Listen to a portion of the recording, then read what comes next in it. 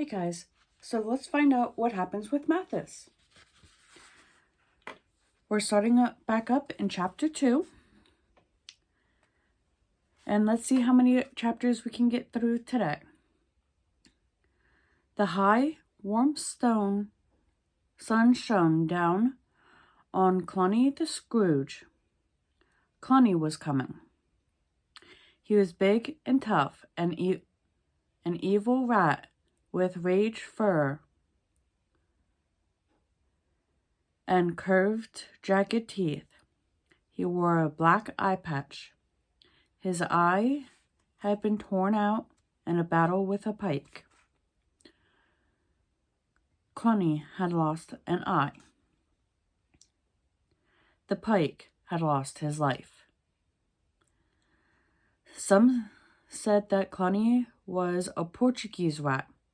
Others said he came from the jungles across the wide ocean. Nobody knew for sure. Excuse me. Clonny was a bulge rat. The biggest, most savage rodent that ever jumped from a ship to shore. He was black with gray and pink scars all over his huge, sleek body, from the tip of his wet nose up past his green and yellow slitted eyes, across both his mean, tattered ears, and down the length of his heavy, vermin-ridden back, an enormous whip-like tail, which had earned him his title, Clonny the Scrooge. Now he rode on the back of a hay wagon with his 500 followers, a mighty army of rats, sewer rats, tavern rats, water rats, dockside rats. Clonny's army fearing yet following him. Redtooth, his second in command, carrying a long pole. This was Clonny's personal standard. The skull of the ferret was fixed at its top. Clonny had killed the ferret. He feared no living thing.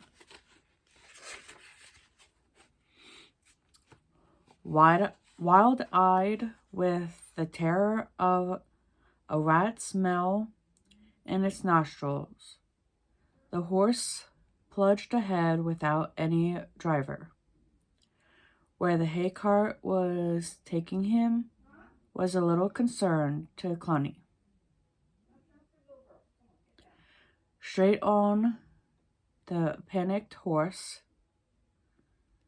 galloped past the milestone lodged in the earth at roadside, heedless of the letters, graven in stone, Redwall Abbey, 15 miles. Clonny spat over the edge of the cart at 2 young rabbits playing in a field. Tasty little things. A pity the cart hadn't stopped yet, he thought. Excuse me. The high, warm sun shone down on Clonny the Scrooge. Clonny was a god of war. Clonny was coming near. Chapter 3. Beneath the great hall of Redwall, candles burned bright in their scones. This was the cavern hole of the mice. What a night it was going to be. Between them, Mathis and Brother Alf had caught and landed a fully grown grayling. They had fought and played with a big fish for nearly 2 hours, finally wading into the shallows and dragging it to the bank. It was nearly 2 pounds, and it weighed in weight, a tribute to Brother Alf's angling skills, combined with the useful muscles of Mathis and their joint enthusiasm.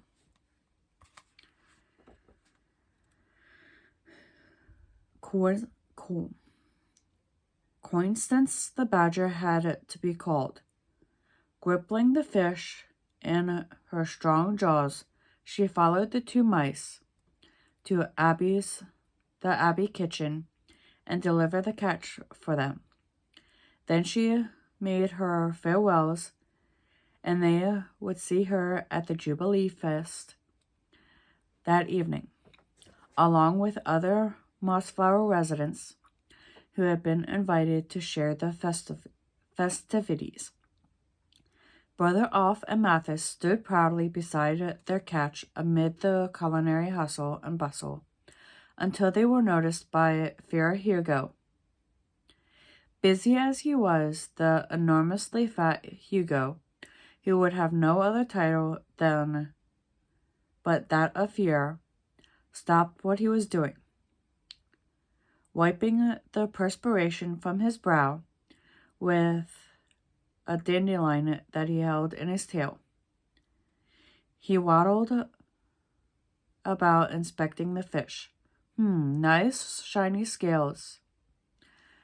Bright eyes, beautifully fresh. Fear Hugo smiled so joyfully that his face disappeared amid deep dimples. He shook Alf by the paw and clapped Mathis heavily on the back as he called out between chuckles, "Bring the white gooseberry wine. Fetch me some rosemary, thyme, beech nuts, and honey quickly. And now, friends." "Now," he squeaked, waving the dandelion wildly with his tail. Excuse me.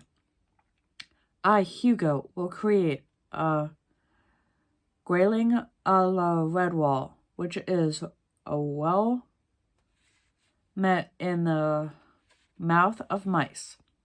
Fresh cream. I need lots of fresh cream. Bring me some mint leaves, too." They had left Fear Hugo ranting on, delirious in his joy as they both went off to bathe and clean up, combing whiskers, curling tails, shining noses, and the 101 other grooming tasks that Redwall mice always perform in preparation for an epic feast. The rafters of the cavern hall rang in excited buzz and laughter of the assembled creatures: hedgehogs, moles, squirrels, woodland creatures, and mice of all kinds. Field mice, hedge mice, dormice, even a family of poor little church mice. Kindly helpers sacred about making everyone welcome. Hello there, Miss Church Mouse. Sit the children down. I'll get them some raspberry cardo. Why, Mr. Bankville, so nice to see you. How's the back? Better now? Good. Here, try a drop of this peach and elderberry brandy. Mathis's young head was in a whirl. He could not remember being so happy in all his life. Winfred, the otter, nudged him. "I say, Mathis, where's the great grayling that you and old Elf hooked by the claw? I wish that I could have landed a beauty like that. Nearly 2-pounder, wasn't it?" Mathis swelled with pride. Such praise from the champion fisher herself, an otter. Tim and Tess, the twin church mouse babies, felt Mathis's strong arm muscles and giggled aloud in admiration. He helped to serve them 2 portions of apple and mint ice cream. Such nice little twins. Was it only 3 months ago that he had helped Sister Stephanie to get them over tail rickets? Now they had grown. Excuse me. Abbot Mortimer sat in his carved willow chair beaming thanks as one by one of the new arrivals laid their simple homemade gifts at his feet. An acorn cup from the squirrel, fishbone comb from the otters, mossy bark sandals made by the moles, and many more fine presents, too numerous to mention. The abbot shook his head in amazement. Even more guests were arriving. He beckoned Fuhrer Hugo to his side. A whisper conference was held. Mathis could only hear snatches of the conversation. "Don't worry, Father Abbot. There'll be enough for all. How are the cellar stocks, Hugo?" "Enough to flood the Abbey pond, Father." "Are you nuts? We must not run." "And nuts? We must not run short of nuts." "You name them. We've got them. Even candied chestnuts and acorn crunch. We could feed the district for a year." "Dairy produce? Oh, that. I've got a cheddar cheese that 4 badgers couldn't roll. Plus 10 other varieties." Good. Thank you, Hugo." "Oh, and we must thank Olaf and young Mathis for the magnificent fish. What fine anglers they are. There's enough to keep the entire Abbey going for a week." "Excellent mice, well done." Mathis blushed to his tail ends. The otters. A loud joy cry went up as 3 otters in clown costumes came bounding in. Such acrobats. They tumbled, bounced, and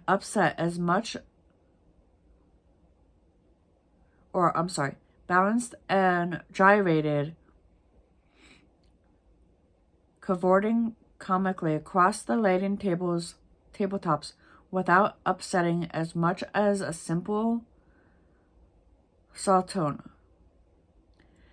They ended up hanging from the rafters by the strand of ivy and wild applause. Ambrose Spike, the hedgehog, did his party piece. He amazed everyone with his feats of letterman. Eggs were taken from the squirrel's ear. A young mouse tail stood up and danced like a snake. The incredible vanishing shell trick was performed in front of a group of little harvest mice who kept squeaking. He's got it hidden in his prickles. But had he? Ambrose made a few mysterious passes and produced the shell straight out of his mouth. Out of the mouth of an awestruck infant mouse. Was it magic? Of course it was. All activity ceased as the great Joseph bell tolled out 8 o'clock from the Abbey's belfry. Silently, all the creatures filed to their allotted places. They stood reverently behind the seats, with heads lowered. Abbot Mortimer rose and solemnly spread, with his paws wide, encompassing the festive board. He said the piece. Fur and whisker, tooth and claw, all who enter our door, nuts and herbs, leaves and fruits, berries, tubers, plants, and roots, silver fish whose life we take only for a meal to make. This was followed by a loud, grateful amen. There was a mass clattering of chairs and scraping of forms as everyone was seated. Mathis found himself next to Tim and Tess on one paw and a cornflower field mouse on the other. Cornflower was a quite young mouse, but not undoubtedly very pretty. She had the longest eyelashes Mathis had ever seen, the brightest eyes, the softest fur, and the whitest teeth. Mathis fumbled with a piece of celery and self-consciously turned to see if the twins were copying adequately. You never could tell with these baby church mouses. Brother Alf remarked that Fuhrer Hugo had excelled himself, as course after course was brought to the table. Tender freshwater shrimp, garnished with cream and rose leaves, deviled barley pearls, and acorn puree, apple and carrot chews, marinated cabbage stalks, steeped in cream white turnip and nutmeg. A chorus of oohs and ahs greeted the arrival of 6 mice pushing a big trolley. It was the grayling. Wreaths of aromatic steam drifted around that cavern hole. The fish had been baked to perfection.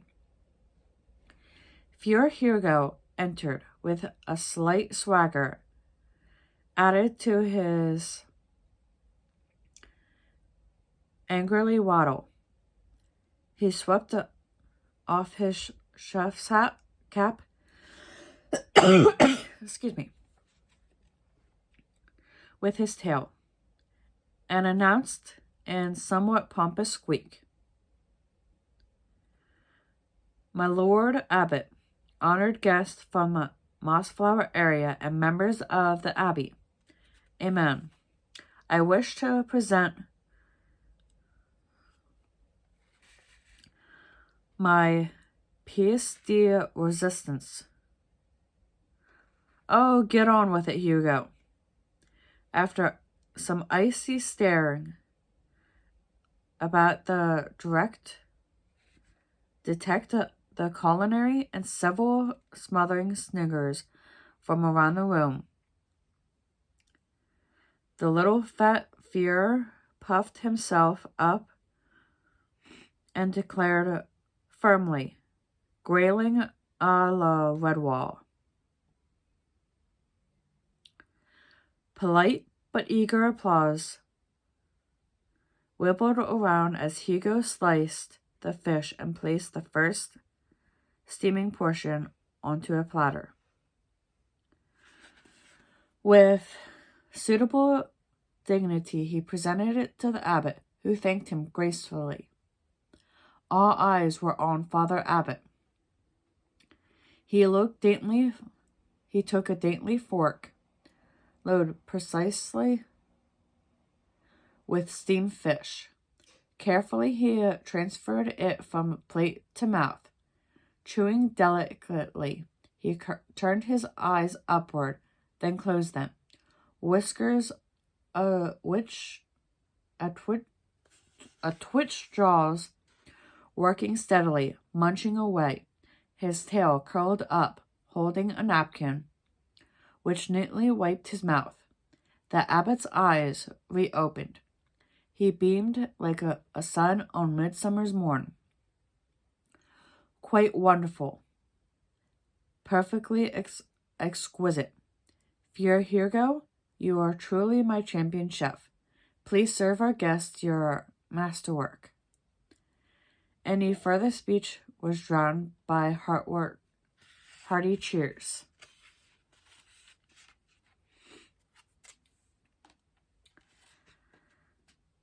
Gluttony was now on to chapter 4.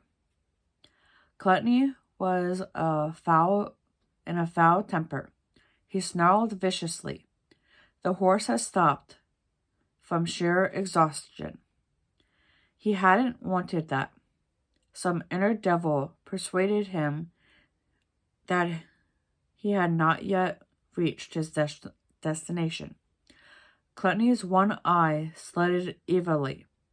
From the depths of the hay cart, the rodent of the warlord's army watched their master.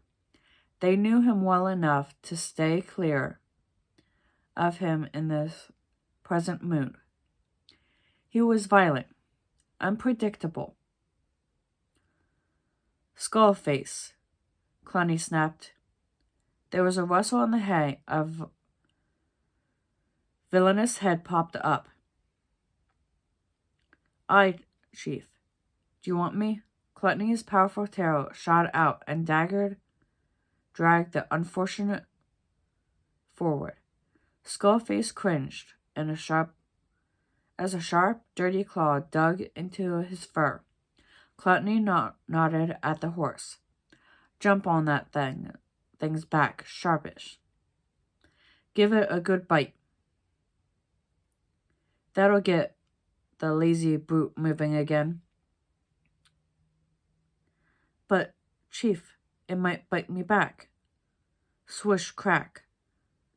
Cluny wielded his mighty tail as it were a burr whip. His victim screamed aloud with pain as the Scrooge lash in his bony back. Mutiny, insubordination, Cluny roared. By the teeth of hell, I will flay you into the mangy doll rails. Sophus scurried over the driver's seat, yelling with pain. No more, no, don't whip me, Chief. Look, I'm going to do it. Hold tight to the rigging back there, Gluttony shouted as his Hondre. Skullface performed a frantic leap.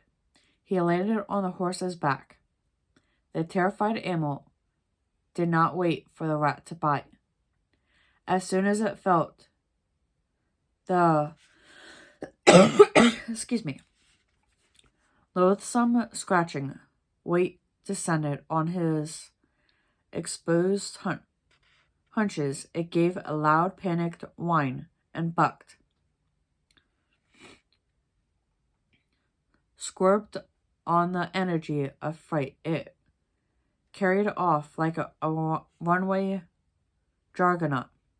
Skullface had time for just one agonizing scream before he fell.